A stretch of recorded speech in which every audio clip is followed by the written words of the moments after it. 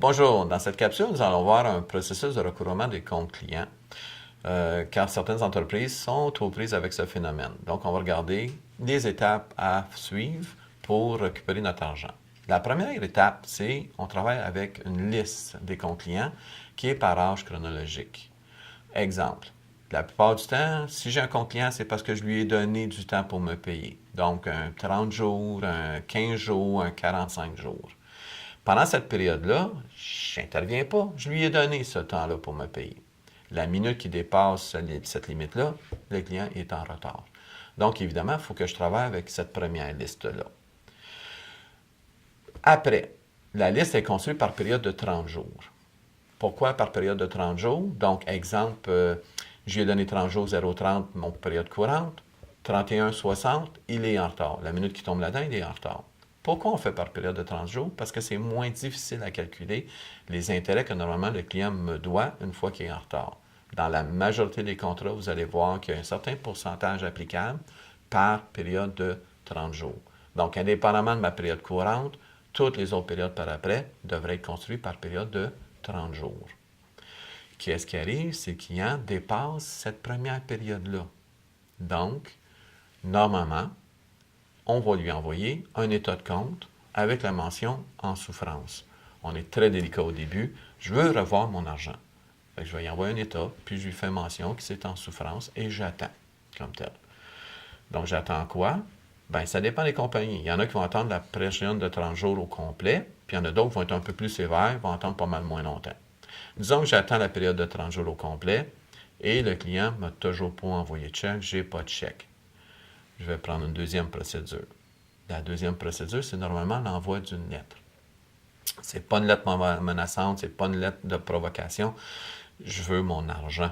Donc, la plupart du temps, on lui écrit bonjour, je suis fier d'être votre fournisseur, ainsi de suite. Je suis content de vous compter parmi mes clients. On s'est aperçu que votre compte est en retard de plus de 30 jours. On aimerait récupérer la somme d'argent, s'il vous plaît, nous faire le paiement pour telle date. Merci beaucoup. Vous voyez, c'est très délicat, on ne provoque rien, on veut notre argent. Donc, évidemment, j'attends encore une certaine période. Il y en a qui vont attendre la période de 30 jours au complet, une nouvelle période de 30 jours. Il y en a d'autres qui vont attendre un peu moins longtemps, c'est-à-dire qu'ils vont envoyer une date, puis tout de suite, ils vont réagir. Donc, disons que j'attends ma période de 30 jours, il ne s'est rien passé, le client n'a pas répondu à l'appel. C'est OK. Je vais passer un appel téléphonique à ce moment-là. Parce que là, j'ai besoin vraiment de savoir qu'est-ce qui se passe. Ça fait 2 fois que vous essayez d'entrer en communication avec vous, il n'y a rien qui se passe. Donc là, je l'appelle. Bonjour, mon nom est. Je pense qu'il sait qui vous êtes. Et là, vous essayez de comprendre qu'est-ce qui se passe. Donc, vous lui dites, j'ai déjà entré 2 fois en communication avec vous, je vous ai envoyé un état de compte avec en souffrance, je vous ai envoyé une lettre et j'ai toujours pas de réponse de votre part. Y a-t-il un problème, puis ainsi de suite. C'est comme ça que vous entamez la conversation. Si le client vous dit, je m'excuse, tout ça, j'ai pas eu le temps, tout ça, je vous envoie votre chèque instantanément. C'est OK. Vous lui faites confiance. N'oubliez pas, vous avez toujours votre argent. Donc, faites confiance, la conversation s'arrête là et j'attends le chèque. Il y en a d'autres clients qui disent ah non, j'ai des problèmes financiers, ainsi de suite, tout ça. Mais normalement, c'est là que je prends l'occasion pour négocier une nouvelle entente de paiement comme tel.